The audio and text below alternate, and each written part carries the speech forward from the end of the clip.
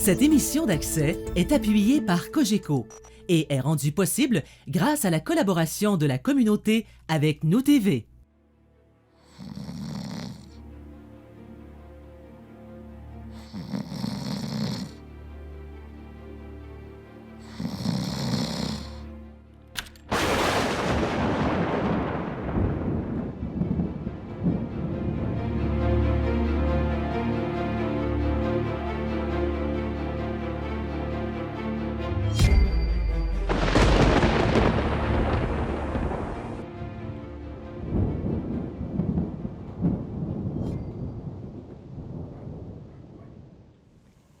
Bienvenue au festival Noctambule, un festival d'Halloween participatif et communautaire qui a lieu tous les ans à Batiscan.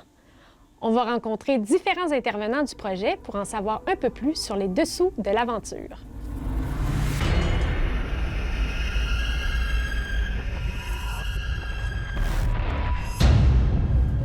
N'oubliez pas la clé ensanglantée. Hâtez-vous maintenant, le temps presse. La barbe bleue a complètement perdu la tête. Suivez-moi. Mon nom, c'est Stéphane, directeur des loisirs et culture à la municipalité de Batiscan et membre depuis le tout début au niveau du projet. La fête d'Halloween est née avec la maison, des jeunes, avec les ados, parce qu'on avait fait une petite fête sympathique, mais quand même timide. On a eu Martin Garand qui est venu nous voir pour nous proposer une fête qui était qui sortait un petit peu plus de l'ordinaire. Il y avait une idée de maison hantée. Donc, on s'est dit, OK, comment on peut réussir à structurer ça avec un budget limité? Il voulait s'impliquer beaucoup dans le projet. Donc, on s'est dit, bien, parfait, on y va. Puis, c'est passionné de là.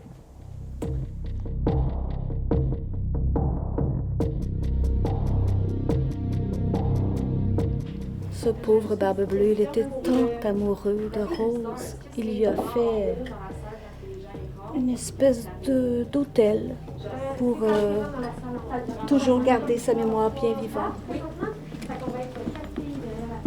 Alors, nous avons ici le valet qui est en train de faire son travail, n'est-ce pas?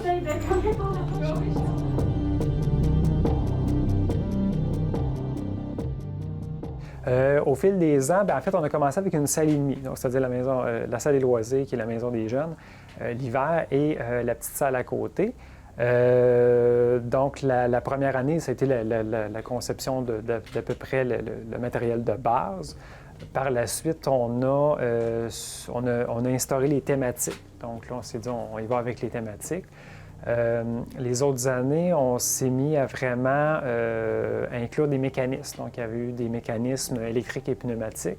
On a eu, par exemple, un manège qui tombe. On a eu des portes pneumatiques. On a eu des cadres qui vibrent. Bref, on a de tout, là. Les autres années, ça a vraiment été de prendre les thématiques puis de sortir du cadre un petit peu plus classique des maisons hantées. C'est-à-dire, exemple, comme Alice au Pays des Merveilles, on a eu les extraterrestres, on a eu le cirque insolite. Par la suite, dans le fond, on s'est mis à structurer les costumes, structurer les décors. On a peaufiné les énigmes, tout ça, évidemment, pour bonifier l'expérience. Le festival Noctambule est une initiative des loisirs de Batiscan. De tous les projets proposés par l'organisme durant l'année, le festival est celui qui implique le plus la communauté. Je m'appelle Emmanuelle, je suis responsable de la rédaction du scénario et bénévole pour le parcours immersif dans plusieurs tâches multiples et complexes. Il passe la porte, rentre dans le château et arrive dans le grand hall. Alors, donc, vous comprenez que les marches n'existent pas dans le festival. Alors, je ne fais pas le choix du thème annuel, on fait ça en comité. Donc, on commence par un brainstorm. On demande aussi l'implication souvent du public par les médias sociaux, par exemple, pour lancer des idées. Et ensuite de ça, on fait une rencontre en comité où chacun de nos membres sont libres de venir présenter un thème qui lui tient plus à cœur. Ensuite, on y va par élimination. On vote entre nous dans le comité, puis tout ça, jusqu'à temps qu'il nous reste un seul thème. Puis la beauté de ce processus-là, c'est que ça nous fait des millions d'idées pour les années à venir. Fait que décidément, c'est pas les idées qui manquent.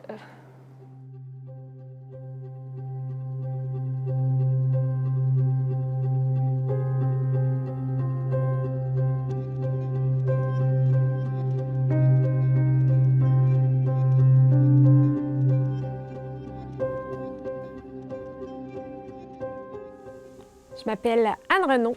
Je suis scénographe et costumière sur le projet Captive. Je trouve l'inspiration pour les personnages, d'une part, dans le script. Parce que là, on va voir c'est quoi les actions du personnage, c'est quoi qu'il a non seulement à faire, mais aussi comment il réagit aux autres personnages ou aux visiteurs. Et je vais également trouver beaucoup d'inspiration dans le ou la comédienne qui joue le personnage. Ne serait-ce que son port, son allure personnelle, son corps va m'inspirer. Si je prends l'exemple de notre personnage de Blanche cette année, c'est une fille qui est très longiligne, qui a un aspect très presque d'une gymnaste, et elle se trouvait à faire un personnage très débrouillard. Alors je l'imaginais un petit peu comme un ninja de la Renaissance. Je lui ai fait des guêtres pour donner un côté plus action au personnage. Donc voilà, le script, la personne qui joue, les deux ensemble, ça m'inspire beaucoup. Pour atteindre la délivrance, priez pour l'âme de celle que j'ai malgré moi condamnée à devenir captive. Olive, Jade, Violette, Ambre et Ruby. Puisque je suis en charge de la rédaction du scénario, c'est beaucoup mon imaginaire qui est représenté dans le parcours. Quand le thème est choisi, ensuite de ça, bien, je m'inspire beaucoup de films, de jeux vidéo, tout l'univers fantastique, tout ça, les contes et légendes. Il y a vraiment plusieurs sources d'inspiration qu'on peut aller chercher.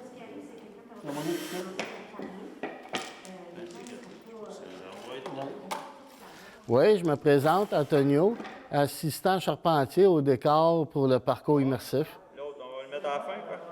Oui, on va le mesurer à la fin. Puis, La façon de s'impliquer dans la création des décors du projet, c'est assez laborieux parce que ils commencent à faire le script, puis là, après ça, ils déterminent quelles pièces qu'ils vont faire.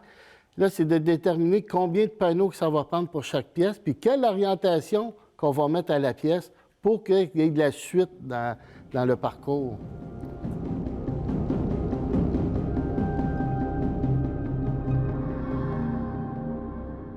Habituellement, lorsqu'on choisit le thème, ça vient déjà avec des grandes lignes, disons. On a comme un squelette un peu ou une direction déjà qui est donnée. Donc, je fais souvent un premier jet. Et puis, ce jet-là, ensuite, je le fais lire à mes collègues sur le comité. On le bonifie, on le modifie pour que ça représente mieux aussi les idées du groupe. Puis aussi, bien, c'est qu'il y a le côté des énigmes et tout ça qui est un petit peu plus difficile à construire. Donc ça, je demande souvent l'aide de mes collègues pour que ça fasse du sens, que ça soit cohérent, puis que les énigmes se tiennent. Et donc, je termine habituellement le scénario par la rédaction des monologues des personnages. La Barbe Bleue, comme on l'appelait, voulait prendre une femme pour épouse. Mais voilà, plus terrible que sa barbe encore, il y avait le mystère lugubre entourant sa vie. C'est qu'il avait déjà eu 6 femmes. Rose, Olive, Jade, Violette, Ambre et Ruby. Je m'appelle Suzy. Dans le projet, je prête ma voix à la narration dans le Théâtre d'Ombre et je joue aussi le rôle de la gouvernante de la Barbe Bleue. Je suis à son service depuis au moins 25 ans et secrètement, je pense que je l'aime. Dormatum totalum. Une pincée de cette poudre suffira pour endormir la Barbe Bleue en quelques secondes, vous laissant ici le temps de lui subtiliser la clé. Alors donc, j'ai mon texte dans les mains, je le lis, je le répète, je le lis, je le répète, je le lis, je le répète. Puis là, après ça, je le marche. Puis je le répète de façon très, très monocorde, tu sais, sans y mettre aucune émotion, aucune intention.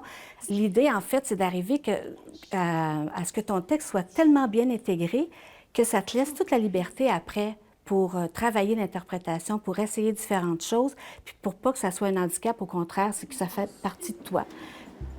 Le maître n'en a rien à faire que vos champs aient été détruits par la sécheresse.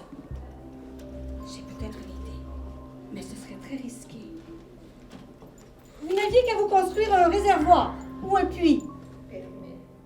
Puis, ce qui va venir m'aider à donner la couleur, bien là, c'est lorsqu'on va déterminer qui sont les bénévoles qui vont acter les personnages.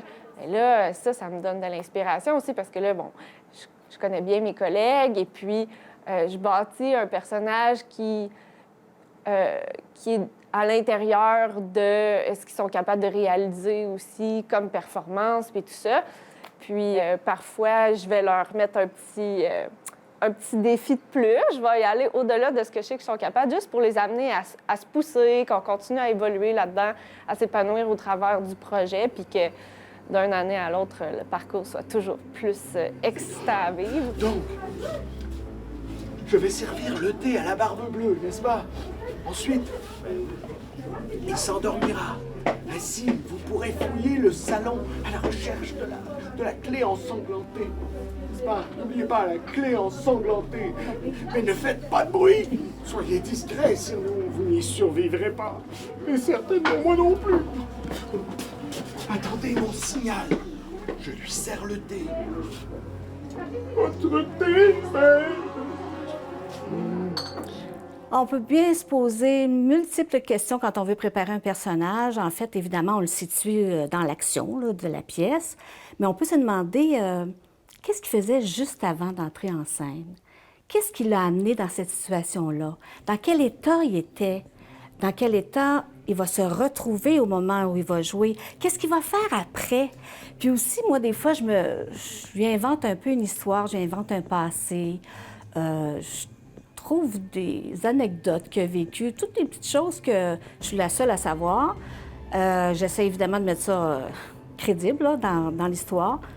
Puis je m'en sers en fait pour habiller un peu le personnage, puis m'aider à l'incarner.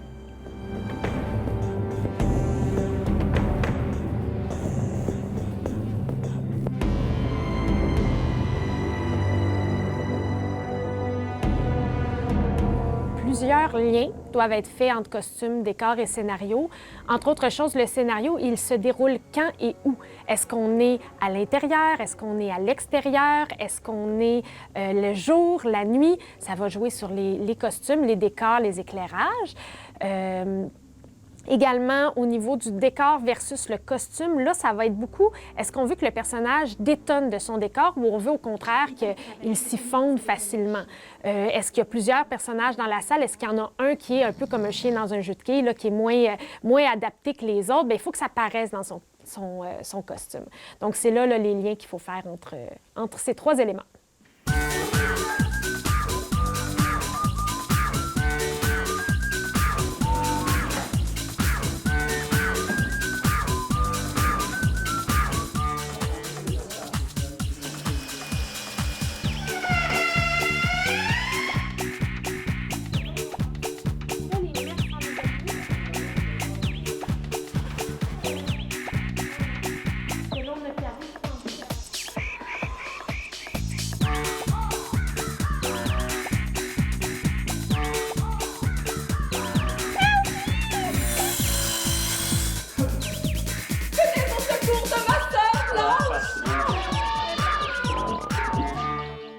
On a commencé dès janvier de l'année pour commencer à préparer les décors. Comme exemple, on a une pièce avec 5 tombes.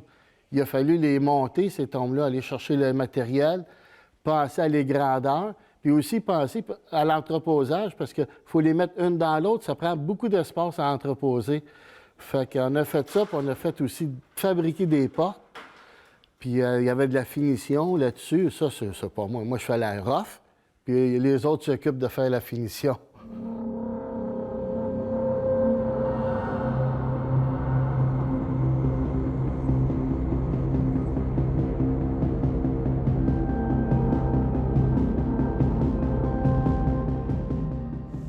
costumer à petit budget, c'est vraiment la réalité des projets communautaires. Dans notre cas, ce qu'on a fait cette année pour Captive, c'est un appel aux dons. Donc, on a demandé vraiment à la population de notre MRC quasiment au complet, avez-vous des dons à faire en termes de vieux rideaux, vieux vêtements, bouts de tissu, dentelle, perlage. On a eu énormément de dons et une bonne semaine de classification aussi. Et à travers ces tissus-là, évidemment, on n'a pas toujours exactement ce qu'on aurait besoin et c'est là quand le travail plus manuel là, de teindre des tissus, de venir faire de la texture dessus, de venir peindre dessus. Donc, c'est ça qui vient donner là, après une impression de richesse au costume et tout ça à base vraiment de prix minimes, voire rien du tout.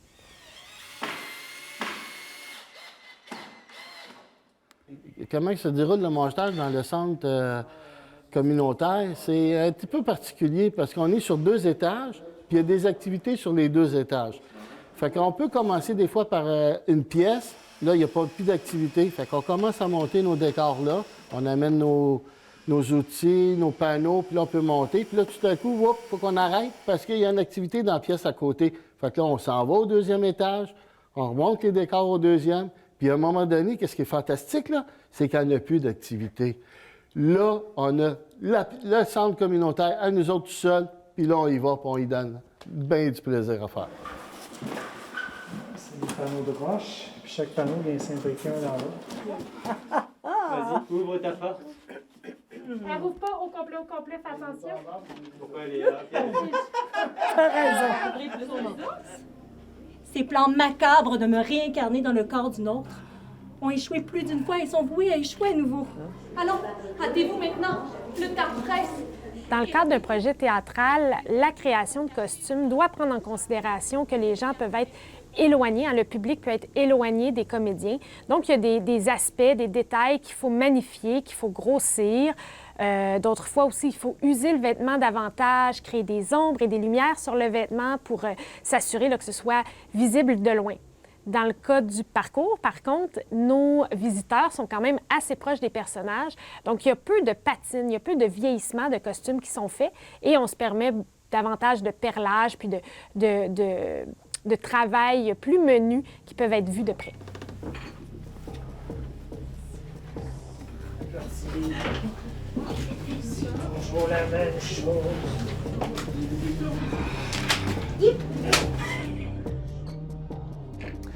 En fait, suite à la pandémie, on a tourné un petit peu le projet pour pouvoir inclure de l'imagerie de la vidéo 3D. Ça permet d'avoir un parcours en ligne qui sort de l'ordinaire. On a aussi, c'est aussi de voir comment on peut explorer l'Halloween sous un angle autre que sanglant. On aime beaucoup qu'on puisse avoir le côté fantastique et le côté merveilleux de l'Halloween qui n'est pas tant mis de l'avant généralement. Blanche essaya toutes les clés du trousseau, mais aucune n'ouvrait le cadenas gardant la pièce hors de portée. Il ne restait qu'une clé de verre, si légère et si translucide que Blanche faillit ne pas la remarquer. On a joué dans 2 versions pour le projet, donc une version virtuelle. Il y a eu un tournage en 360 degrés et on a joué devant public. Alors, c'est très, très différent les 2 versions pour l'équipe d'acteurs, c'est sûr. Je dirais que pour le virtuel, ça demande... c'est comme un sprint. C'est-à-dire que là, tu donnes un grand coup, paf, 1 prise, 2 prises, 3 prises, 4 prises si nécessaire, mais après ça, c'est terminé. Tandis qu'évidemment, quand on est en présence du public, bien là, c'est complètement autre chose. Le défi, surtout pour cette production-là, justement, entre autres, c'est qu'on va répéter la même chose 44 fois en 2 jours, à peu près, devant 400 quelques personnes, à raison de 6 personnes à la fois. Alors, le défi, c'est qu'à chaque fois, il faut que tu aies l'impression que c'est la première fois que tu livres ce texte-là. Il faut que tu y crois encore, il faut que tu fasses comme si. Puis, évidemment, il faut que les gens embarquent dans ce que tu leur proposes. Alors, c'est un super beau défi. C'est très agréable. Moi, j'avoue que j'ai vraiment un faible pour jouer devant le public. Bon, ça y est. Et il doit dormir maintenant. N'oubliez pas, la clé vous permettra de sortir du salon. Laissez la clé dans la serrure. Ainsi, je pourrai fermer derrière vous, il ne pourra pas vous suivre. Et ensuite, je prends mes jambes à mon cou et je m'en vais. Bonne chance. L'acteur est là pour, oui, réciter son monologue, mais là vient le défi que de venir prendre la balle au bond d'une interaction d'un visiteur pour bonifier le monologue, toujours le faire évoluer. Puis ça, on le remarque en étant acteur dans le parcours. On entend ses collègues autour de nous, puis nous-mêmes, on le fait. Puis il y a des blagues qui sont reprises, tu sais, on fait vraiment évoluer, puis c'est la beauté du présentiel. Et elle l'attend, c'est elle qui vous a envoyé? Oui. Allez sauver, allez sauver Blanche, dépêchez-vous. Quand on joue, puis que là, on voit le regard d'un enfant qui est suspendu à tes lèvres, qui croit tout ce que tu vas lui dire, puis que là, il repart avec investi de la mission que tu lui as confiée, là, c'est tellement merveilleux. Tu sais, ça demande beaucoup d'énergie de jouer devant les gens, mais en même temps, tu en reçois beaucoup, beaucoup, beaucoup. Ça circule, c'est une énergie qui circule, c'est formidable.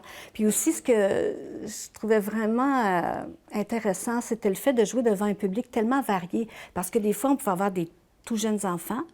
Après ça, on avait des adolescents à qui tu pouvais en donner pas mal plus. Puis tu avais des adultes avec lesquels, évidemment, tu pouvais donner toute la gomme, là, tu sais. Ça fait que c'était très, très varié. Puis moi, je trouve ça formidable.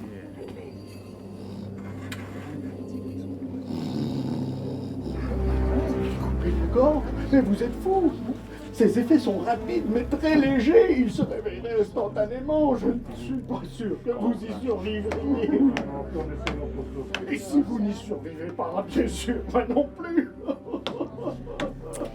L'interaction avec le public, c'est vraiment ça qui donne sa personnalité à notre parcours. Alors, à la différence d'une maison hantée traditionnelle où on est juste spectateur, là, dans le parcours, on veut que les gens s'immergent, on veut qu'ils soient héros de leur propre aventure. Donc, on veut qu'ils soient motivés puis qu'ils se sentent vraiment impliqués dans tout ça. C'est pas vrai, ça marche pas, 6. Parce que Rose, vous savez, est morte d'une maladie, hein? Elle n'a pas été assez. Ah, fait que ça veut dire qu'il y en a eu 5. Essayez 5 fois! C'est sûrement 5. Ouais, on va essayer. Ah! Vous l'avez eu! Vous êtes libérée, madame! Merci beaucoup! Vous, par contre, vous devez vous dépêcher de quitter le domaine avant de vous faire prendre. OK, bonne chance. Maintenant que je sais que j'ai des alliés au château, je vais aller aider ma sœur Anne. Bon, je sais pas. Merci, vous êtes vraiment courageux. Merci pour votre aide.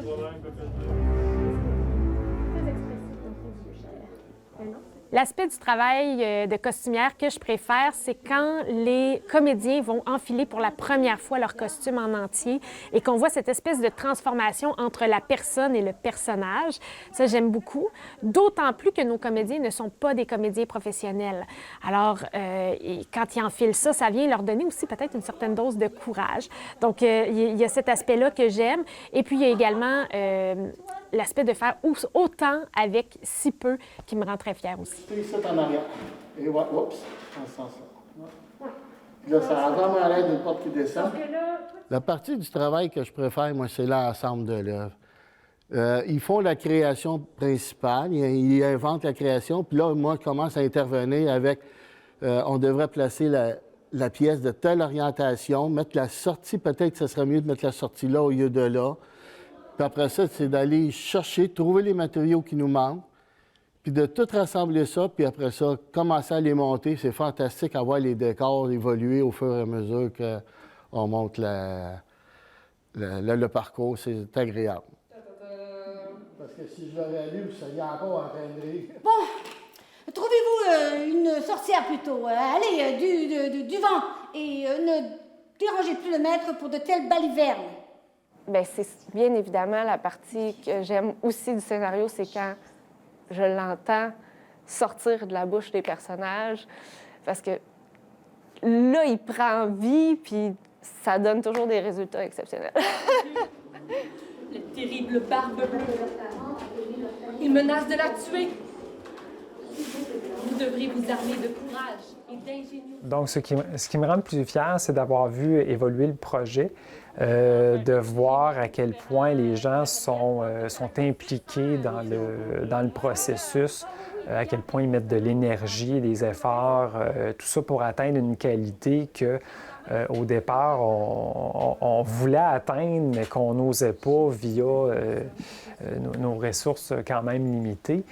On crée des souvenirs, les gens nous en parlent des années plus tard, à quel point ils ont aimé telle et telle thématique. Donc, vraiment, on crée de beaux souvenirs avec ce projet-là.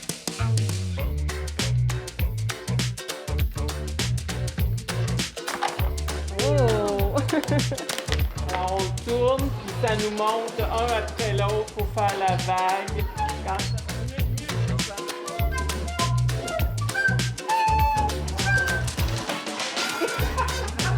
Absurdité, on met notre bras, on tourne et ça nous chatouille. Les membres de l'équipe derrière le projet proviennent de toute la MRC des Chenaux. Découvrez avec certains d'entre eux 4 des événements distincts de la programmation du festival.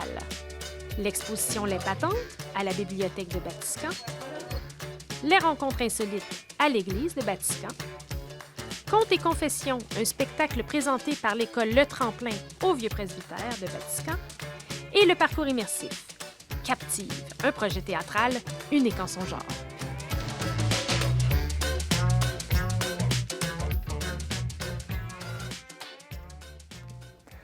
Dans le fond, le parcours, le festival est né du parcours.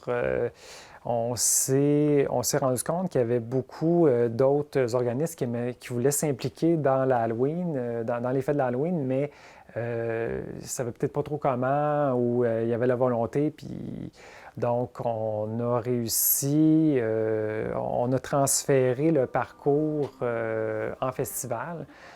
Étant donné qu'on cochait déjà les cases au niveau des festivals, on fait l'événement sur plus qu'une journée. Justement, avec les mesures sanitaires, c'était pratique de répartir ça sur plusieurs sites. Aussi, bien, on cochait encore la case de pouvoir offrir des activités pour les gens de tout âge.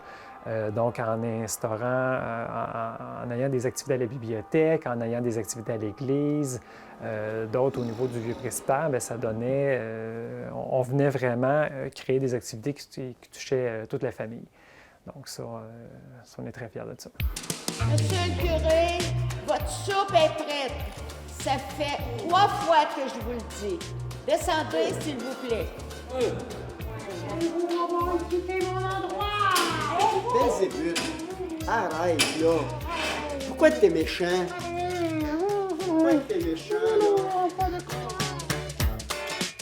En attendant la prochaine édition du Festival Noctambule, visitez son site web au halloweenbatiscan.ca pour faire la visite virtuelle de son parcours immersif. Les loisirs de la Batiscan ont toujours une volonté de créer des événements qui étaient familiales, qui rejoignaient le plus de gens possible.